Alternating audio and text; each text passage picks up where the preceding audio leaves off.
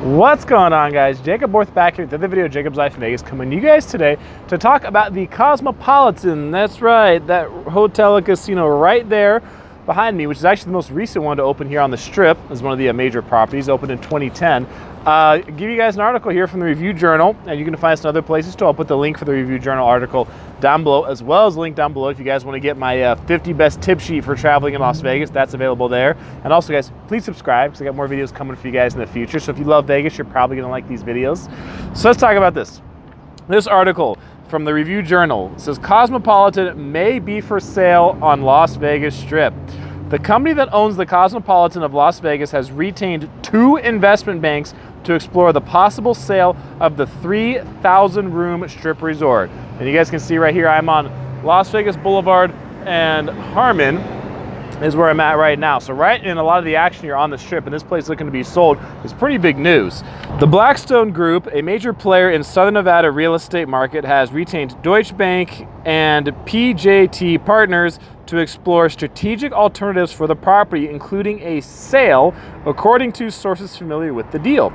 Let's see. An analyst told the Review Journal the Cosmopolitan could sell for as high as 13 times its cash flow, which is more than $300 million, implying a price tag of $4 billion to buy the Cosmopolitan right there. The property would be the first major operating casino on the Strip to go on market in more than a decade. Representatives of Blackstone and Wynn Resorts, identified as potential suitor for the property, declined to comment on the reports. You're going to notice that theme here coming up like a lot shortly. Others identified MGM Resorts International as a potential buyer because the property lies right between 2 MGM developments, Bellagio, which is that way, and City Center, which is right there, okay? A spokesman for MGM Resorts could not be reached for comment on Wednesday. There's only so many buyers that are going to be looking into something big like this, right? I mean, if any of you got $4 billion, you might want to get in on this deal.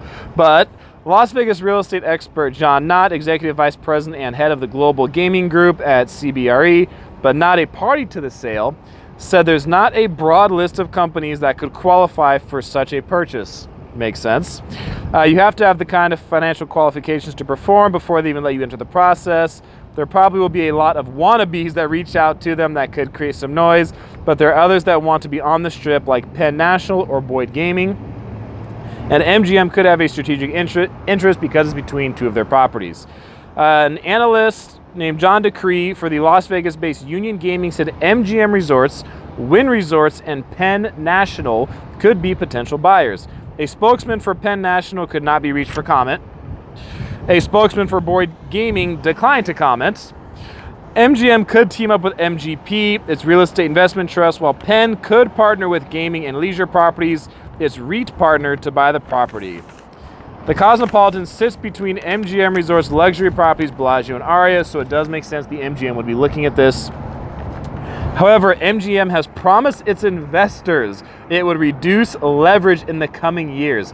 MGM could potentially sell a property like the Mirage or Mandalay Bay to help finance the purchase of the Cosmopolitan. Another potential buyer with financial wherewithal could be the Genting Group of Malaysia, which, as you guys know, is building Resorts World over on the north end of the Strip right now. Again, Genting Group could not be reached for comment. Nobody wants to talk about this. Nobody who could be a potential buyer wants to say a single word about this. Private equity firms, as well as foreign operators, including Australia's Crown Resorts and Asia-based Galaxy Entertainment and Melco Resorts, could be potential buyers as well. Then it just talks about Blackstone, how they're led by billionaire Steven Schwartzman. They're no stranger to Vegas real estate, how they bought the 68-acre Hughes Center office park, which is right over there, for $347 million in 2013. And they also bought the World Market Center downtown, which is a 5.4 million square foot property.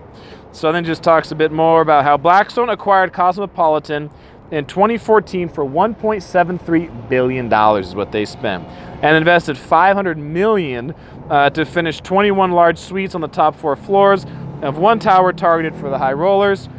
It also renovated other rooms, enabling the resort to command among the highest average daily room rates on the Strip, exceeding $300 a night. The company also added 18 new bars and restaurants in an effort to appeal to a younger crowd. So again, more interest and more just activity going on here with hotels and their progress, or maybe being sold, or construction of hotels, renovations of hotels, things like that. A lot of moving parts going on in Vegas right now. The Cosmopolitan is a favorite of a lot of people when they come here to Las Vegas because it's known for being a nicer property to a lot of people. And like I said in the article, they can have some pretty high room rates depending on where you want to stay in the property itself. So I wonder what you guys have to say about this, about the Cosmo, potentially being up for sale. There's so many of these, potential buyers. Everyone's staying quiet. No one's saying a word. No one's going to publicly comment on this. But of course, we know there's going to be stuff going on behind the scenes. People looking at possibly acquiring the property. Tell me what you guys think about this down below. Please subscribe to the channel if you haven't done so yet. I am Jacob. This is My Life in Vegas.